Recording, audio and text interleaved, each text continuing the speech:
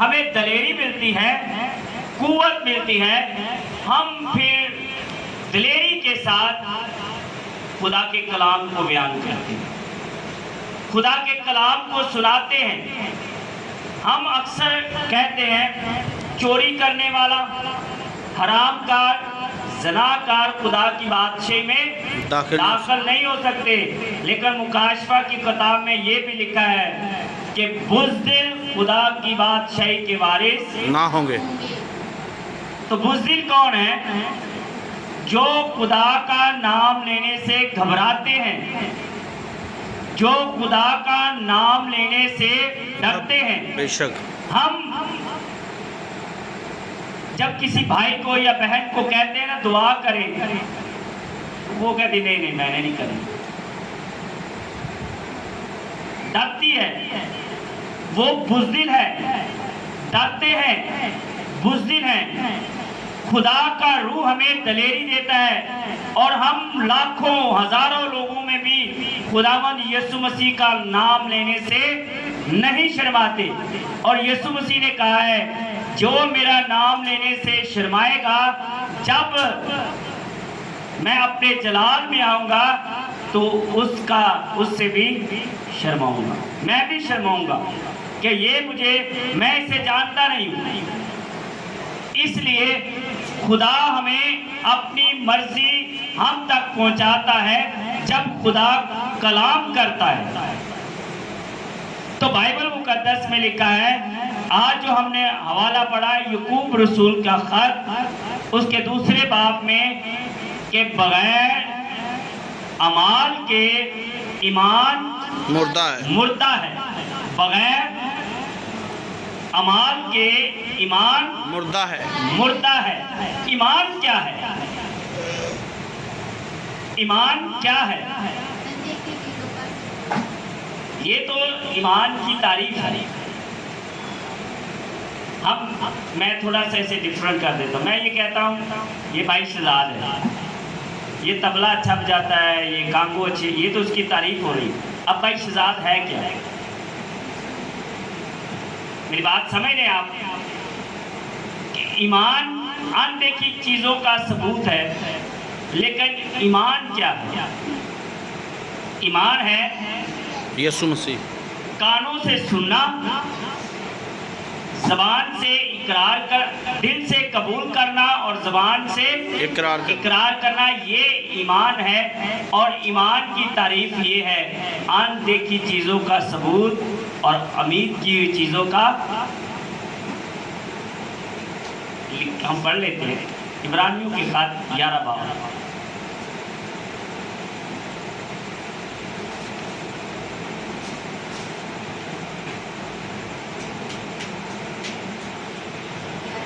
پہلی آیت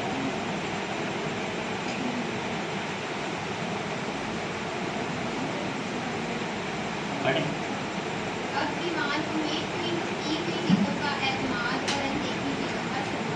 یہ ہے ایمان کی تعریف، اندیکھی چیزوں کا ثبوت اور امید کی ہوئی چیزوں کے اعتماد۔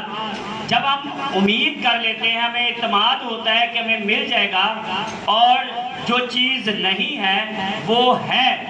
ہم ایمان رکھتے ہیں، خدا ہے۔ خدا کو کبھی کسی نے دیکھا، لیکن ہمارا ایمان ہے کہ خدا ہے، ہم نے خدا کو دیکھا ہے۔ کس طرح؟ تو بائبل مقدس میں سے جب ہم بائبل مقدس کو پڑھتے ہیں تو خدا کی شخصیت ہمیں نظر آتی ہے، خدا کی صورت ہمیں نظر آتی ہے۔ جب ہم خدا کے کلام کو پڑھتے ہیں تو، لیکن ظاہری طور پر ہم نے خدا کو نہیں دیکھا، لیکن ہم کہتے ہیں خدا ہے، یہ ہمارا ایمان ہے۔ ہم کہتے ہیں یسوع مسیح ہے، یہ ہمارا ایمان ہے۔ اور ایک ایمان ہمارا دنیا سے ڈیفرنٹ ہے۔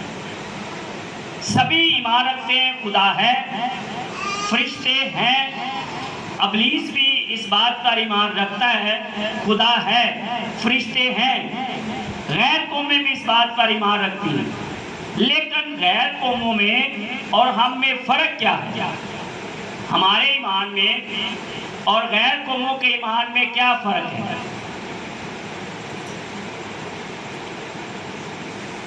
کہ ہم کہتے ہیں خداوند ہمارا زندہ خدا ہے، یسوع مسیح خداوند ہے، ہمارا ایمان ہے کہ یسوع مسیح خدا کا بیٹا ہے۔ غیر قومیں یہ ایمان نہیں رکھتے، فرق ہے۔ اور ہمارے ایمان کی بنیادی اکائی کیا ہے؟ ہمارے ایمان کی بنیادی اکائی ہے کرنتھیوں کا خط اس کا 15 باب میں لکھا ہے،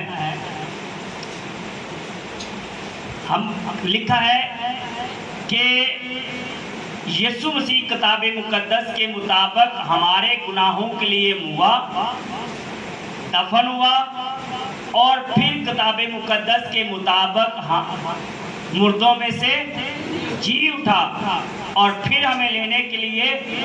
یہ ہے ہمارے ایمان کی اکائی۔ اب یعقوب رسول کہتا ہے بغیر اعمال کے ایمان مردہ ہے۔ جب تک عمل نہیں ہے ایمان بیکار ہے، مردہ ہے۔ عمل کس طرح ہے؟ ہم نے ایمان رکھ لیا یسوع مسیح خدا کا بیٹا ہے، ہم نے ایمان رکھ لیا یسوع مسیح شافی ہے، ہم نے ایمان رکھ لیا یسوع مسیح کے نام سے گناہوں کی معافی ملتی ہے، ہم نے ایمان رکھ لیا یسوع مسیح بیماروں کو شفا دیتا ہے۔ عمل کیا ہے اس میں؟ ہم بائبل مقدس میں سے پڑھیں گے، انجیل مقدس میں سے لوکا کی انجیل اس کا 8 باب اور اس کی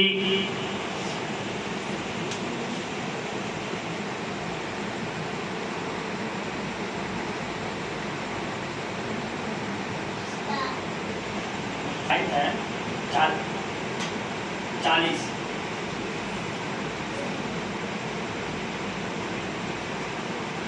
یہاں پر ایک کہانی ہے ایک عورت کی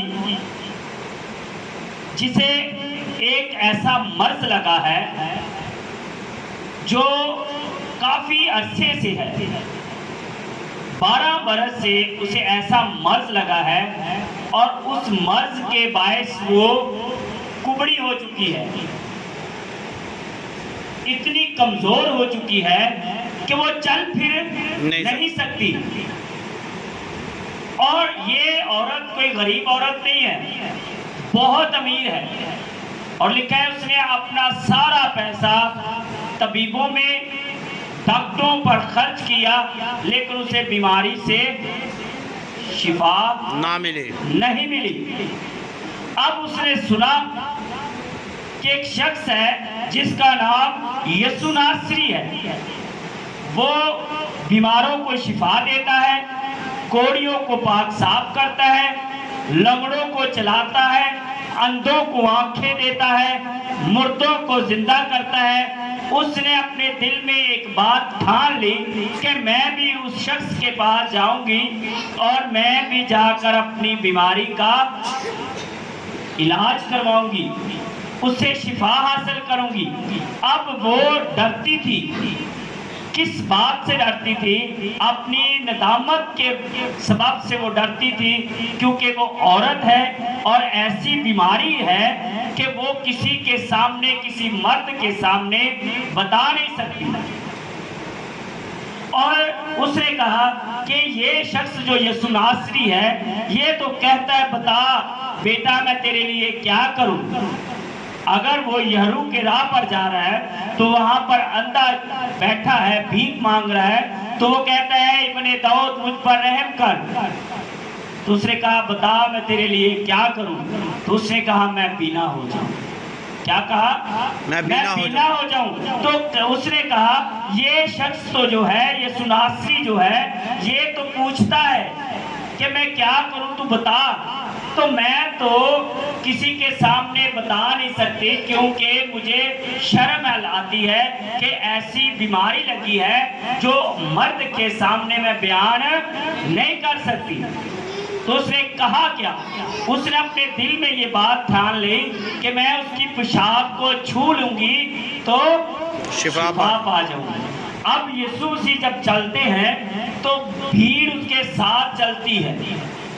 آپ جب بھی دیکھیں، ہم فلموں میں بھی دیکھتے ہیں، بائبل مقدس کو پڑھتے ہیں، انجیل مقدس کو پڑھتے ہیں، تو جب یسوع مسیح چلتے ہیں تو اکیلے نہیں چلتے، ایک بڑی بھیڑ اس کے ارد گرد چلتی ہے، وہ بادشاہوں کی طرح چلتے ہیں۔ تو جب وہ جا رہے تھے تو وہ اتنی کمزور تھی کہ سیدھی کھڑی ہو کر چل نہیں سکتی تھی، وہ ایسے کبڑی ہو کر چلتی تھی، اور وہ لکھا ہے کہ وہ بھیڑ کو چیرتی ہوئی جا کر اس کی پیشاب کو اس نے چھو لیا۔ اور پیشاب کے کس حصے کو چھوا؟ جو سب سے نیچا، وہ لڑیاں۔ یسوع مسیح کا لباس آپ نے دیکھا کیسا ہوتا ہے؟ کس طرح؟ چوگا ٹائپ۔ اور یہودی جو روایات ہے، مائیں اپنے بچوں کو ایک کمر بند باندھتی ہیں، اس کی لڑیاں جو ہوتی ہیں نا وہ نیچے پیروں تک ہوتی ہیں، اور اس پہ آیتیں لکھی ہوتی ہیں۔ یہودیوں کا یہ کلچر ہے، اور اس نے جا کر اس کی لباس کو نہیں چھوا، اس لڑی کے اس دھاگے کو چھوا ہے صرف۔ تو یسوع مسیح رک گئے۔ یسوع مسیح نے کہا مجھے کسی نے چھوا۔ کیا کہا؟ مجھے کسی نے چھوا ہے۔ تو کہتے ہیں کہ اتنی بھیڑ تجھ پر گری پڑتی ہے، پھر بھی تو کہتا ہے مجھے کسی نے چھوا ہے۔ اس نے کہا مجھے کسی نے چھوا ہے کیونکہ قوت مجھ سے نکلی ہے، قوت مجھ سے نکلی ہے، کیونکہ کسی نے ایمان سے چھوا ہے۔ اور جب وہ اپنے آپ کو چھپا نہ سکی تو وہ ڈرتی کانپتی اس کے سامنے آئی اور کہا میں نے تجھے چھوا۔ یسوع مسیح نے کہا جا بیٹی، تیرے ایمان نے تجھے اچھا کیا۔ اب اس کا ایمان کیا تھا کہ میں اس کا پلڑا چھو لوں گی، اس کی پیشاب چھو لوں گی تو شفا پاؤں گی۔ اب اس کا عمل کیا تھا؟ عمل یہ تھا وہ چل کر یسوع مسیح کے پاس ہے، یہ اس کا عمل تھا۔ ایمان اس نے رکھ لیا، لیکن ایمان رکھنے کے ساتھ ساتھ اس نے کہا میں جا کر اس کی پیشاب کو چھو لوں گی۔ جب اس نے ایمان کے ساتھ عمل کیا تو دونوں فائدہ مند ثابت ہوئے۔ اور یعقوب رسول کہتا ہے بغیر اعمال کے ایمان مردہ ہے۔ اگر وہ اپنے گھر میں بیٹھی رہتی، ایمان رکھتی کہ یسوع مسیح شافی ہے، یسوع مسیح مردوں کو زندہ کرتا ہے، یسوع مسیح کوڑیوں کو پاک اور صاف کرتا ہے، یسوع مسیح بیماروں کو شفا دیتا ہے، تو جا کر اس کے پاس اس کا پوشاک نہ چھوتی، اس سے کہتی کچھ نہ، تو کیا وہ شفا پا سکتی تھی؟ ایمان بیکار۔ جب عمل اس کے ساتھ ہوا تو اس نے شفا پائی۔ اسی لیے بغیر اعمال کے ایمان مردہ ہے۔ ہم ایمان رکھتے ہیں لیکن جب چل کر اس کے پاس آتے ہیں تو خدا ہماری سنتا ہے، ہمیں بیماریوں سے شفا دیتا ہے، مشکلات سے نکالتا ہے، کیونکہ ہمارا خدا مشکلات کا حل نکالنے والا ہے، اور وہ ہمارے لیے حالات کو تبدیل کرنے کی قدرت رکھتا ہے، اور وہ ہمارے لیے حالات کو تبدیل کرتا ہے۔ ایک پل میں، ایک لمحے میں انسان کی زندگی کو بدل کر رکھ دیتا ہے، کیونکہ لکھا ہے ہمارے خداوند یسوع مسیح کے نام میں یہ قدرت پائی جاتی ہے۔